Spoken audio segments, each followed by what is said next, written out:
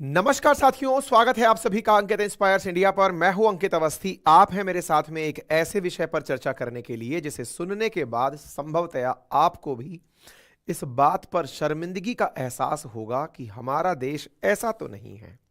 जिस हरकत की वजह से आज भारत को अंतर्राष्ट्रीय स्तर पर घसीटा जा रहा है, लोग जबरदस्त तरीके से भारत को ट्रोल कर रहे हैं, वो हमारे में से ही कोई ना कोई ऐसा हैवान छुपकर भेड़िए की वेशभूषा में बैठा है जिसने भारत को संयुक्त रूप से शर्मिंदा किया है। साथियों, एक ऐसी हरकत भारत में हाल ही में हुई है जिससे दुनिया को मानवता का पाठ पढ़ाने वाला देश, दुनिया में वसुधैव कुटुंबकम की सीख देने वाला देश, अतिथि को देवता मानने वाला देश, अतिथि का सम्मान में सर्वस्व न्यौछावर करने वाला देश आज शर्मिंदा है। मेरे प्यारे साथियों, आज से लगभग साल भर पहले भी हमने एक सेशन आपके साथ किया था जब बताया था कि एक कोरियन इन्फ्लुएंसर, एक यूट्यूबर, एक इन्फ्लुएंसर जब इंडिया आई थी तो उस समय पर भी उनके साथ लाइव वीडियो में अभद्रता की गई थी। वो सेशन भी हमने आपके साथ लगभग साल भर पहले, साल 2022 के अंत में किया था। साथियों, इस घटना के बाद आज फिर एक ऐसी घटना एक ऐसी ही इन्फ्लुएंसर महिला के साथ, यानी कि सोशल मीडिया पर जिनको लोग फॉलो करते हैं उनके साथ हुआ है। क्या हुआ है? स्पेनिश महिला के साथ बलात्कार हुआ है। कहां हुआ है? भारत में हुआ है। भारत में कहां हुआ है? झारखंड में हुआ है। उस महिला ने अपने रेप के बाद खुद अस्पताल पहुंचकर, हॉस्पिटल पहुंचकर, पुलिस स्टेशन पहुंचकर अपने बयान में कहा कि थैंक गॉड कि मैं जिंदा हूं। 7 युवकों ने मिलकर के स्पेन की रहने वाली इस महिला के साथ बलात्कार किया है। मेरे प्यारे साथियों, Spanish influencer gang raped in India, ये सुर्खी बनती है दुनिया भर के अखबारों की। साथियों, जिस महिला की तस्वीर को आप यहां पर देख रहे हैं, ये इंस्टाग्राम की इन्फ्लुएंसर हैं। लगभग 7 लाख से अधिक लोग इन्हें फॉलो करते हैं। आपको बाइक चलाने का शौक है, वर्ल्ड टूर पर बाइक से निकली हैं अपने पति के साथ। भारत आने से पहले ये पाकिस्तान होते हुए बांग्लादेश, और बांग्लादेश से भारत, और भारत से ये नेपाल जा रही थी। बांग्लादेश से इंडिया में एंट्री करने के पश्चात ये झारखंड को क्रॉस कर रही थी और इसके बाद इन्हें भारत को क्रॉस करते हुए नेपाल जाना था। रास्ते में इनके साथ बड़ी दुर्भाग्यपूर्ण घटना हुई।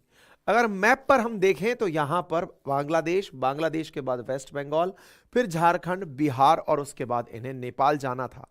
झारखंड के जिस जिले में इनके साथ में यह दुर्घटना हुई वह जगह दुमका नामक जिले के नाम से जानी जाती है।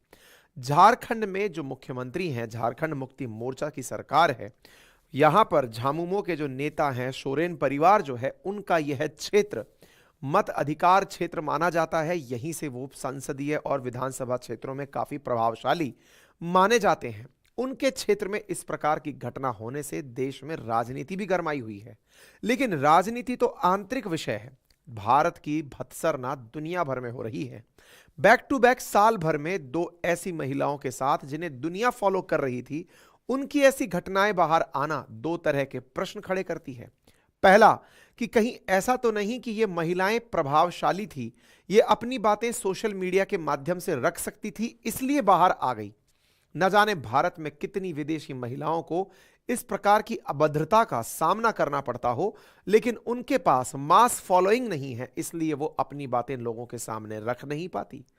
संभवतया इस प्रकार के प्रश्न अब भारत आने वाले उन तमाम लोगों में पनप रहे होंगे जो भारत विजिट करने के लिए आना चाहते होंगे। मेरे प्यारे साथियों, भारत ने आजादी के बाद बहुत संघर्ष किया है। आजादी के बाद के संघर्ष में हमारा सबसे बड़ा संघर्ष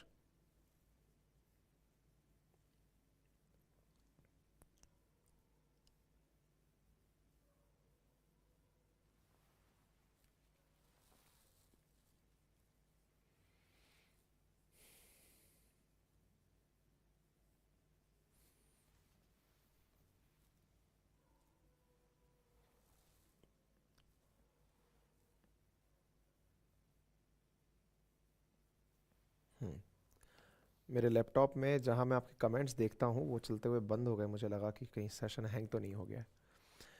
भारत ने आजादी के बाद बहुत संघर्ष किए हैं और उन्हीं संघर्ष में सबसे बड़ा संघर्ष हम लोगों के सामने अपनी यह इमेज बनाते बनाते परेशान हो चले हैं कि भारत वह देश है जहां पर आप आएंगे तो आपको ससम्मान स्वागत मिलेगा। भारत की इमेज में जब अंग्रेज यहां से गए थे तो हमारे बारे में कहकर गए थे, ये स्नेक चार्मर्स का, ये सपेरों का देश है, ये तंत्र मंत्र का देश है, ये गरीबों का देश है, ये भूखे लोगों का देश है। और ये कहकर गए थे कि हम इनको छोड़ करके तो जा रहे हैं लेकिन ये सरवाइव नहीं कर पाएंगे, ये लोग आपस में ही लड़ झगड़ कर खत्म हो जाएंगे, ये जगह जाने लायक नहीं है। जिस देश में अंग्रेजों ने 250 साल तक शासन किया हो, वे दुनिया भर में भारत की इमेज बड़ी खराब बनाते आए थे।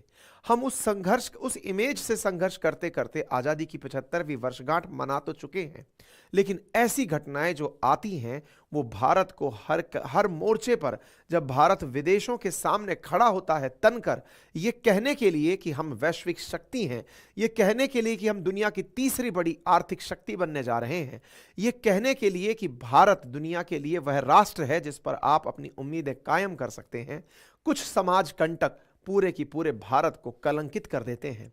इन्हें कठोरतम पनिशमेंट तो मिलना चाहिए, लेकिन हम भारतीयों की एक नैतिक जिम्मेदारी यहां और बन जाती है कि विदेशों से आ रहे भारत को देखने लोगों को हमें पूरे अतिथि भाव के साथ भारत की इमेज को सकारात्मक बनाने का प्रयास करना चाहिए। और यकीन मानिए, आप में से बहुत से लोग ऐसे हैं जिन्होंने इस प्रकार का भी प्रयास किया है। मैं आज के सेशन में सबकी चर्चा करूंगा। साथियों, खबर है इस बीते शुक्रवार की। बीते शुक्रवार को एक दंपत्ति, जिसमें महिला की उम्र 30 से 35 वर्ष के बीच में बताई गई है, जिनका नाम फर्नांडी फोरएवर है, ये एक स्पेनिश महिला है। इनके पति ब्राजीलियन हैं। इनके पति की उम्र 60 से 65 के मध्य बताई गई है। ये दोनों बाइक सवारी करते हैं। अगर आप इनके इंस्टाग्राम प्रोफाइल को देखें तो वहां पर इनकी बहुत सी तस्वीरें बाइक चलाती हुई दिखती हैं।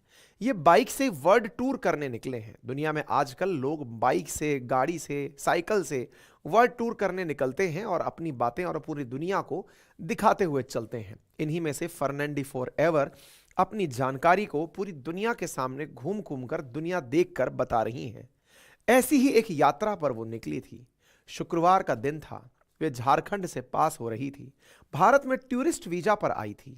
ये एक रात, जब रात हुई तो अपनी यात्रा को रास्ते में ही विराम लगाकर एक खेत में टेंट लगाकर आराम कर रही थी। तभी उनके पास कुछ लोग आए। कहा गया कि शुरुआत में केवल 2 लोग आए। 2 लोगों ने टेंट में इन्हें देखकर अपने अन्य साथियों को फोन करके बुलाया, और जब बुलाया तो यहां पर कम से कम 7 लोग हाजिर हुए। और उन 7 लोगों ने इस स्पेनिश महिला के साथ, जिसने अपना वीडियो अपने इंस्टाग्राम पर अपने साथ हुई दुर्घटना के बाद भी साझा किया।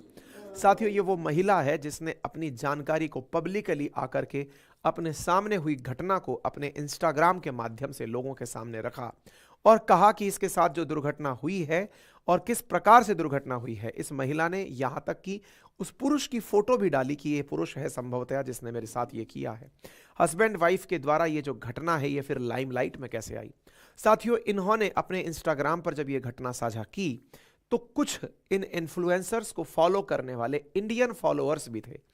वो इनके रेगुलर वीडियोस देख रहे थे। जैसे कुछ व्लॉगर्स अपने डेली व्लॉग डालते हैं, अपने अपडेट्स देते चलते हैं कि अब हम यहाँ पर हैं, हम यहाँ से निकलेंगे, हम इसकी यात्रा पर हैं। ऐसे ही कुछ इन्फ्लुएंसर्स इन्हें फॉलो कर रहे थे। उन्हीं में से एक हैं विक्रमजीत सिंह मनहास। इन्होंने इनके इस वीडियो को देखा जिसमें इन्होंने अपने साथ हुई दुर्घटना के बारे में अपने इंस्टाग्राम अकाउंट पर बताया। इस जानकारी के बाद मनहास ने इस वीडियो को ट्विटर पर पोस्ट किया और फिर वहीं से इसे बहुत सारे लोगों ने उठाया। जब इस वीडियो को उठाया तो फिर हमने भी इस घटना को ट्विटर पर साझा किया। दुनिया भर के अंदर यह घटना जंगल में आग की तरह फैल गई। बहुत सारे भारतीय इनके समर्थन में ट्विटर पर उतर कर आए। हम में से और आप में से बहुत सारे लोगों ने अंतर्राष्ट्रीय मंच पर इनके साथ हुई दुर्घटना में जो इस प्रकार के दरिंदे हैं उनको दंड दिलाने के लिए डिमांड की और इनके साथ पूर्ण सम्मान हो, इसके लिए हम सब ने मिलकर के, आपने और हमने मिलकर के अंतर्राष्ट्रीय स्तर पर इस बात को उठाया। भारत में इस बात को तवज्जो दी। आप देख सकते हैं एक भारतीय जो अपने द्वारा हाथ में बैनर लेकर खड़ा है कि जस्टिस फॉर फर्नांडा। यहां पर आप देख सकते हैं कि इन्होंने झारखंड सरकार से कहा है कि जो रेपिस्ट हैं उन्हें हैंग किया जाए। बहुत सारे भारतीय लोग इनके समर्थन में आए और फिर इनके द्वारा इस तरह के मामले को हाईलाइटेड होने के बाद पुलिस इस मामले की जांच करने के लिए पहुंची। साथियों, पुलिस को महिला के वस्त्र पास ही के एक खेत में मिले। वारदात के बाद यह महिला खुद अपनी हिम्मत से अस्पताल बाइक चलाकर पहुंची। रात करीब 10:30 बजे पुलिस की गश्ती टीम महिला ने अपने साथ हुई घटना की जानकारी जब दी तो इसकी जांच करते हुए पुलिस की टीम पहुंची और वहां पर एसआईटी का गठन करके मामले की जांच करने के लिए टीम को रवाना किया गया। टीम यहां पर पहुंची। संभवतः वह महिला और पुरुष इस स्थान पर आराम करने के लिए इस खाली स्थान को पाकर टेंट लगाकर, क्योंकि बाइकर्स जब रास्ते में चलते हैं तो उपयुक्त जगह देख करके वो रुक करके वहीं पर विश्राम करते हैं। यहां पर जिला प्रशासन का शुरुआत में वक्तव्य आया कि उनसे परमिशन टेंट लगाने की नहीं ली गई थी। ये प्रशासनिक जवाब तो बहुत अच्छा है कि उनसे परमिशन नहीं ली गई थी, लेकिन प्रशासन से ये उल्टा सवाल भी किया जा सकता है कि समाज में होने वाले तमाम प्रकार के रीति रिवाज, शादी विवाह, संस्कार, न जाने कितनी जगहों के लिए बार बार टेंट हमारी गलियों में, सड़कों पर, खेतों में लगते हैं, उनसे कितनी जगह की परमिशन ली जाती है। शुरुआती यह बयान काफ़ी अपरिपक्व था, लेकिन जब प्रशासन को इसकी ग्रेविटी पता चली तो प्रशासन सक्रिय हुआ और अपराधियों को पकड़ने के लिए निकला। अपराधियों को पकड़ते हुए दुमका की जो पुलिस है वो आसपास के क्षेत्रों के अंदर पूरी तरह से सक्रिय हुई। विपक्ष भी काफी ज्यादा सक्रिय हुआ। वहां से आने वाले लोकसभा के जो सांसद हैं निशिकांत जी, इन्होंने भी इस मुद्दे को बहुत ज्यादा उठाया और इस प्रकार से अंततोगत्वा फाइनली 2 मार्च के दिन इनमें से 3 रेपिस्ट को गिरफ्तार कर लिया गया। झारखंड टूरिज्म डिपार्टमेंट ने अपने द्वारा हुई या अपने राज्य में हुई इस दुर्घटना के लिए पब्लिक अपॉलॉजी मांगी और अपनी तरफ से कहा उन लोगों से कि आपके साथ हुई असुविधा के लिए हमें खेद है। यहां पर यह घटना धीरे धीरे और ज्यादा प्रवाहित होने लगी। दबाव सोशल बढ़ने लगा। इन रेपिस्ट में से 3 को शुरुआत में गिरफ्तार किया गया। बाद में पता चला कि बाकी 4 को भी गिरफ्तार अभी तक किया जा चुका है। झारखंड हाईकोर्ट ने स्वतः इस मामले के ऊपर स्वतः संज्ञान लिया। अपराधियों को हाईकोर्ट के सामने अब संभवतः पेश किया जाएगा। राष्ट्रीय महिला आयोग भी इस विषय पर संज्ञान ले रहा है। झारखंड के मतलब जिस जिले की यह घटना है वहां के एसपी ने आकर के भी इस पूरी घटना को पब्लिक के सामने रखा और कहा कि इस मामले के ऊपर जल्दी ही अब स्पीडी ट्रायल चलेगा। चारों आरोपियों को गिरफ्तारी की अभी जब सेशन कर रहे थे उस समय के बारे में जानकारी निकल कर आई कि यह जल्दी ही गिरफ्तार कर लिए गए हैं। खैर, इन सब के बीच में जब ये सारी चीजें होती रही तब उस महिला ने समस्त भारतीयों का दिल जीत लिया।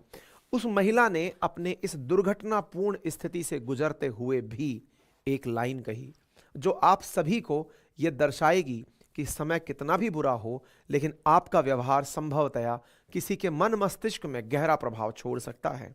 महिला ने मीडिया से बात करते हुए कहा कि यह एक घटना थी जो कहीं भी हो सकती थी। मैं आज भी मानती हूं कि इंडिया एक अच्छा देश है और यहां के लोग बहुत अच्छे हैं। ऐसा कहने के लिए बहुत बड़ा कलेजा चाहिए होता है। आप में से किसी के साथ भी किसी प्रकार की दुर्घटना होती है, किसी भी प्रकार की, इवन अगर आपके पिक पॉकेटिंग है कि आपकी कोई जेब भी काट लेना, तो संभवतः आप उस पूरे की पूरे स्टेट को, आप उस पूरे शहर को, उस पूरी कम्युनिटी को, उस पूरी कास्ट को एक ही बार में कोसने लग जाते हैं। विचार कीजिए, जिस महिला ने इतना जबरदस्त गंभीर दर्द झेला हो, ऐसी पीड़ा जो उसके ना केवल शारीरिक, ना जाने कब तक उसके मानसिक रूप से उसे पीड़ित करेगी, उस महिला के द्वारा यह कहना कि मैं मानती हूं कि इंडिया एक अच्छा देश है और यहां के लोग बहुत अच्छे हैं, उसने कहा कि ऐसी घटना कहीं भी हो सकती है। साथियों, ये बात कहकर वो महिला हम सबकी नजरों में एक और स्तर ऊपर चली गई और हम सबको जाते जाते वो एक लेसन सिखा गई। साथियों, वो महिला झारखंड से बिहार के बॉर्डर पर छोड़ी गई। अब वहां से फिर वो बिहार को क्रॉस करते हुए नेपाल चली जाएगी। लेकिन उस महिला ने हम भारतीयों को एक आईना दिखाया, 2 प्रकार से, असल में एक आईना नहीं, आईने के 2 रूप दिखाए। उसने हमें ये बताया कि आप अपने अतिथियों के साथ कैसा व्यवहार करते हैं, यह इमेज सार्वजनिक होती है। जो लोग ये मानते हैं कि हमें कोई नहीं सुन रहा, कोई नहीं देख रहा है, ऐसी स्थिति में आप में से बहुत सारे लोग जाने अनजाने में हमारे देश में आए हुए अतिथियों के साथ जैसा भी व्यवहार करते हैं वो अपने साथ उन यादों को बना कर ले जाते हैं। वहीं दूसरी ओर संभवतः आप में से ही कोई संस्कारी पुरुष रहा होगा, कोई महिला रही होगी जिसने कभी ना कभी उस महिला के साथ अपनी यादें साझा की होंगी, उसके लिए संघर्ष करने के लिए कभी खड़ा रहा होगा, संघर्ष से पहले भी उनका साथ दिया होगा, तभी तो उसने भारत की अच्छाई की बात की। साथियों, हमें आवश्यकता है कि अपनी इस इमेज को ऐसा बनाने की कि जब कोई हमसे मिले तो बस हमारी यादें हमसे लेकर जाए, उसे ये लगे कि भारत इतना प्यारा देश है, यहाँ के लोग इतने हेल्पिंग हैं, यहाँ के लोग इतने मददगार हैं, ये किसी के साथ झूठ फरेब नहीं करते। संभवतः हम में से और आप में से कई लोग जब किसी अनजान व्यक्ति से मिलते हैं तो ये विचार करते हैं कि अरे ये दोबारा थोड़ी मिलने वाला है, इसे थोड़ी पता है कि मैं कौन हूं, अरे ये मेरे बारे में क्या सोचता है, इससे मुझे क्या फर्क पड़ता है। नहीं साथियों, दुनिया के लोग हमारे बारे में क्या सोचते हैं, ये भारत की साख लेकर जाते हैं। विचार कीजिए कि 7 लाख से अधिक फॉलोअर्स मात्र उनके इंस्टाग्राम पर हैं। मैं फॉलोअर्स हैं इसलिए बात नहीं कर रहा हूं, आपको मालूम होगा 150 मिलियन से ज्यादा रीच है इनके ट्वीट्स की जब इन्होंने इस घटना को पब्लिक किया। अब तो संभवतः 250 मिलियन से ऊपर रीच हो चुकी होगी। दुनिया भर के लोग इस घटना के ऊपर जुड़े हुए हैं, लेकिन इसके बावजूद भारत सरकार आप सब की तरफ से, आप सब ने जिस प्रकार से संवेदना उस महिला के साथ व्यक्त की, उसकी वजह से स्पेनिश एम्बेसी जो इंडिया में है उसने हमें धन्यवाद दिया। उन्होंने कहा कि हमें आवश्यकता है कि महिलाएं कहीं भी हों सुरक्षित हों। साथियों, मैं कई बार अपने सेशंस में आपसे एक बात बोलता हूं, बड़ों का सम्मान करें, छोटों को प्यार दें, अपना व्यक्तित्व इस प्रकार से विकसित करें कि महिलाएं आपके साथ सुरक्षित और सम्मानित महसूस करें। ये बातें मैं ऐसे ही नहीं कहता साथियों, एक राष्ट्र निर्माण के लिए, भारत, एक श्रेष्ठ भारत, एक भारत के लिए ये अत्यंत आवश्यक गुण है जिसका बहुत दूरगामी प्रभाव होता है। मेरे प्यारे साथियों, आप यहां लाइन पढ़ के देखिए, we need to stand united in our commitment to end violence against women everywhere in the world. महिलाएं कहीं भी हों सुरक्षित होनी चाहिए, ऐसा स्पेनिश एम्बेसी ने इंडिया के अंदर ट्वीट करके कहा है। ब्राजील के भी, चूंकि ब्राजीली पुरुष भी यहां पर शामिल था, उन्होंने भी कहा है, together we remains steadfast in the fight to end all violence against women. महिलाओं के साथ जहां भी किसी प्रकार का कृत्य हो रहा है, दुनिया ने एक रूप यहां पर यह भी दिखाया कि इस स्तर पर वो चाहते तो भारत को ट्रोल कर सकते थे, वो चाहते तो भारत के खिलाफ कुछ गंदे शब्दों का उपयोग कर सकते थे, लेकिन अंतर्राष्ट्रीय स्तर पर दुनिया के लोगों ने आपके व्यवहार पर अपनी तरफ से मोहर लगाते हुए कहा कि भारत अच्छा देश है। यहां पर कुछ दुर्घटनाएं हुई हैं, ये दुर्घटनाएं कहीं भी किसी के साथ भी हो सकती हैं, चाहे फिर वो स्पेन हो, चाहे फिर वो अमेरिका हो, चाहे फिर ब्राजील हो, चाहे ब्रिटेन हो। दुनिया के लोग इस तरह से आगे निकल कर आए और कहने लगे कि नहीं, ये संभव है कि दुर्घटनाएं कहीं हो सकती हैं। ठीक है, हमें अंतर्राष्ट्रीय रूप से इस प्रकार का सराहना मिली, लेकिन साथियों, इस बात से हमें एक बात और सीख मिलती है। हमारा देश महिलाओं के प्रति जिस प्रकार के अत्याचार इन दिनों देख रहा है, वो अत्यंत चिंता का विषय है। साथियों, आपको जानकर आश्चर्य होगा, सेम डे एक और रिपोर्ट झारखंड के अंदर रिपोर्टेड हुई। केवल एक ही रिपोर्ट नहीं साथियों, बहुत सारी रिपोर्ट्स। मैं आपको कुछ आंकड़े प्रस्तुत करूंगा, लेकिन उससे पहले जानिए कि झारखंड पुलिस के द्वारा और झारखंड के डिप्टी कमिश्नर के द्वारा 10 लाख रुपए का कंपनसेशन उस ब्राजीलियन युवक को दिया गया जो उस महिला का पति था। इस बात पर भी सोशल मीडिया पर बहस छिड़ गई। बहस इस बात की कि एक तरफ प्रशासन ने उस पुरुष को मदद दे करके कहा कि आपके साथ जो भी छिनैती हुई, जो आपके साथ धन छीना गया, उसके लिए आप 10 लाख रुपए का कंपनसेशन ले लें। लेकिन वहीं दूसरी ओर एक और पक्ष निकल कर आया और वो बहुत ही मानवीयता को दर्शाता हुआ पक्ष था। लोगों ने अपने द्वारा ट्वीट्स करके कहना शुरू किया कि ये कैसा बर्ताव है भारत का कि एक तरफ एक महिला के साथ बलात्कार होता है और उसके पति को कंपनसेशन मीडिया के सामने, कैमरे के सामने दिया जाता है। हम क्या दर्शाना चाह रहे हैं? बात दबाने के पैसे दे रहे हैं, कंपनसेशन दे रहे हैं, तो फिर फोटो किस बात की खिंचवा रहे हैं? संभवतः फोटो खिंचवाने के पीछे प्रशासनिक अधिकारियों का तर्क हो कि इस विषय से लोगों को यह संतुष्टि मिलेगी कि ये हमने ऐसा किया है, लेकिन इस संतुष्टि में बहुत से प्रश्न खड़े कर दिए। प्रश्न ये कि क्या विदेशियों की जान हमसे ज्यादा कीमती है? क्या प्रश्न ये कि विदेशी महिला के साथ बलात्कार हुआ तो प्रशासन ने तत्काल प्रभाव से न्याय कर दिया, प्रशासन ने तत्काल प्रभाव से 10 लाख रुपए की सहायता दे दी? क्या भारतीय महिला होती तो क्या उसके परिवार वालों को भी इतनी त्वरित सहायता मिलती? तभी भी हमने भी इस विषय पर अपना ट्वीट किया, संभवतः आपने भी देखा होगा। हमने लिखा कि हम मानवीय गरिमा का सम्मान करना कब सीखेंगे? कैमरे के सामने बलात्कार पीड़िता के पति को पैसे देना, यह कितना संवेदनशील है? इस विषय पर हमने आपकी राय भी जानना चाहा था। अगर आप चाहें तो हमें आप अपने ट्विटर हैंडल पर जाकर अपनी राय रख सकते हैं। साथियों, विदेशी मीडिया ने भी इसे कवर किया। वाशिंगटन पोस्ट ने लिखा, foreign tourist is gang raped in India as violence against woman persist. चूंकि महिलाओं के खिलाफ इंडिया के अंदर वायलेंस होते रहते हैं, ऐसी स्थिति में एक स्पेनिश महिला के साथ बलात्कार हुआ। गलत तो नहीं लिखा था, क्योंकि निर्भया गैंगरेप जैसी दुर्घटनाएं अंतर्राष्ट्रीय स्तर पर चर्चा का विषय बनी हैं। भारत की इमेज को बहुत बट्टा लगा है। दुनिया भर के अखबारों ने इस खबर को कवर करते हुए यही कहा है कि इंडिया में ऐसी घटनाएं हो रही हैं। Spanish tourist camping with her husband gang raped in India, 3 arrest as police search for more suspect. अखबारों में बीबीसी लिखता है, outrage over Brazilian tourist gang rape in India, India motorcycle tour gang raped. तमाम प्रकार से अंतर्राष्ट्रीय media ने इस खबर को कवर किया। साथियों, अंतर्राष्ट्रीय मीडिया ने इस खबर को कवर किया सो किया, लेकिन हमारे ऊपर एक बहुत बड़ा प्रश्न छोड़ गया। आपको जानकर आश्चर्य होगा, जिस समय आप मुझसे इस पूरी घटना को सुन रहे हैं, उस समय भी भारत में एक रेप हो चुका है। जितनी देर आपने मुझे सुना है, इतनी देर में भारत में एक रेप हो चुका है। 24 घंटे के अंदर 80 से 90 रेप भारत में होते हैं। प्रति घंटे लगभग 4 रेप भारत में हो रहे हैं। हम मानवता को शर्मसार करने के लिए ये जो घटनाएं आज हम आपके सामने साझा कर रहे हैं, ये वो हैं जो संभवतया प्रभावशाली थी, जो संभवतया इसलिए आपके सामने आ पाई क्योंकि सोशल मीडिया पर आ गई थी। अदरवाइज ना जाने कितनी ही घटनाएं ऐसी हैं जो अनरिपोर्टेड हैं। एनसीआरबी के आंकड़ों को अगर माना जाए तो भारत के आंकड़े दयनीय हैं, लेकिन आपको आंकड़े जो दर्ज ही नहीं हुए, वो आंकड़े कहीं नहीं जा सकते। साथियों, भारत ने G20 इवेंट में जो सबसे बड़ी उम्मीद रखी थी वो यही थी कि दुनिया को हम भारत बुलाएंगे और उन्हें भारत के बहुत सारे शहर घुमाएंगे। हम अरुणाचल भी घुमाएंगे तो हम कश्मीर भी घुमाएंगे, तो हम गोवा भी घुमाएंगे, हम दिल्ली भी घुमाएंगे, तो हम आगरा भी घुमाएंगे, हम सब जगह घुमाएंगे। क्यों? क्योंकि आप आओ, विदेशी मीडिया वालों आओ और भारत की खूबसूरती को देखो। G20 हमने मेगा इवेंट किया ही इसलिए था ताकि हम टूरिस्ट को बुला सकें। ऐसा क्यों? क्योंकि हम जानते हैं कि जब विदेशी आते हैं तो पैसा लाते हैं। भारत आते हैं तो भारत के अंदर टूरिज्म और टूरिस्ट की वजह से ट्रैवल का बिजनेस ग्रो होता है। भारत में ट्रैवल की वजह से कोरोना के कारण बड़ा नुकसान हुआ है। कोरोना के बाद, कोरोना से पहले अगर आप आंकड़े देखें तो भारत की जीडीपी में इंडिया के अंदर जो टूरिज्म का कंट्रीब्यूशन था वो $247 के अराउंड हुआ करता था, जो कोरोना के बाद रिवाइव ही नहीं हुआ है। अभी तक भी हम 150 से 200 बिलियन डॉलर की रेंज में ही चल रहे हैं।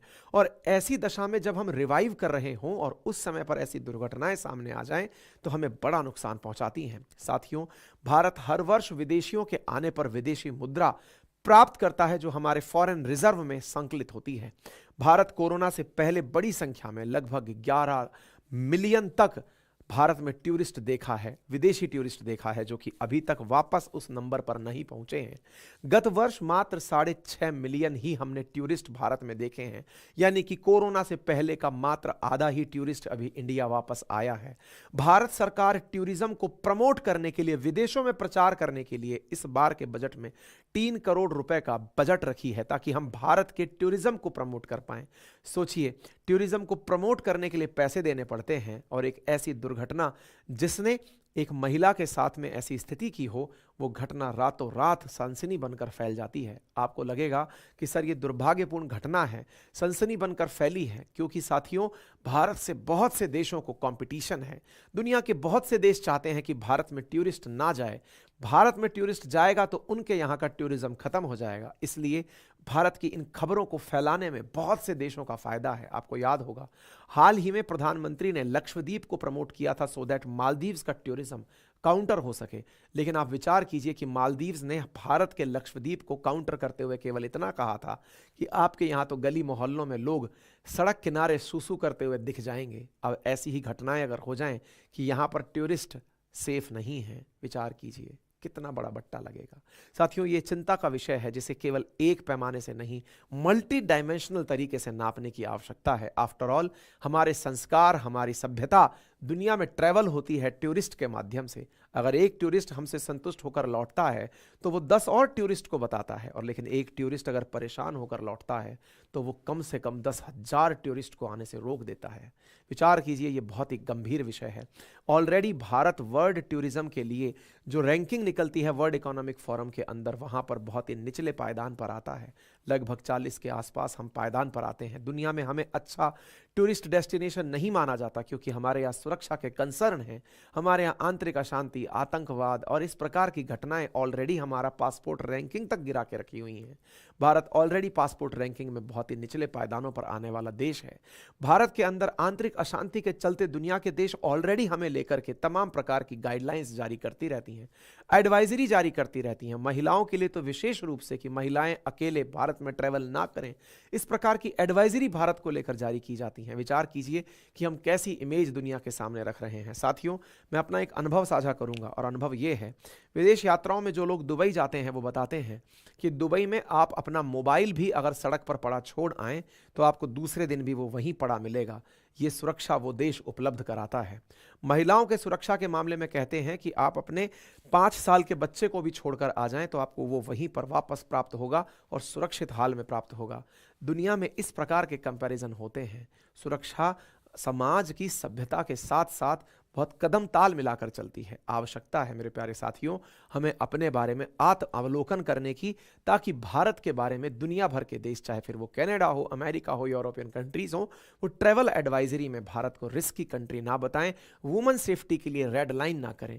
अगर ये सब चीज़ें होती रहेंगी तो भारत का बहुत नुकसान होगा। मेरे प्यारे साथियों, भारत के लिए आपको आवश्यक है भारत की इमेज को जितना हो सके दुनिया के सामने सकारात्मक बनाएं। जिनके साथ कुछ दुर्घटनापूर्ण होता हुआ देख रहे हैं उनकी मदद करें। अगर कोई विदेशी सैलानी को आप देखते हैं कि कोई वहां का ही लोकल बंदा परेशान कर रहा है, चाहे व्यापार के लिए ही कर रहा है, चाहे वो यही कह रहा है कि साहब आप इतने का ये माल खरीद लीजिए, उन्हें चीट कर रहा है, उन्हें घूमने में असुविधा कर रहा है, एक सभ्य नागरिक की तरह आप जाएं और उनकी मदद करें। आपकी वो मदद यहां से बाहर लेकर जाएंगे। यकीन मानिएगा, आपका यह कंट्रीब्यूशन देश के लिए एक बहुत बड़ा योगदान माना जाएगा। संभवतया आप सभी इस विषय से पूरी तरह अवगत हो चुके होंगे। अपनी तरफ से जो भी पॉइंट ऐड करना चाहें कमेंट बॉक्स में जरूर कीजिएगा। फिलहाल के लिए इतना ही। बाकी आपसे गुजारिश केवल इतनी की जा सकती है कि इस प्रकार के कंटेंट के लिए आप अगर हमारे चैनल को सब्सक्राइब करते हैं तो इसे हमें बहुत ताकत मिलती है। साथियों, हमारा चैनल अभी तक हमारे लिसनर्स में से 41.6% रेगुलर लिसनर्स ने सब्सक्राइब नहीं किया हुआ है। सब्सक्राइब करने का कोई चार्ज नहीं है, एक लाल रंग का बटन है, उसे दबाना है।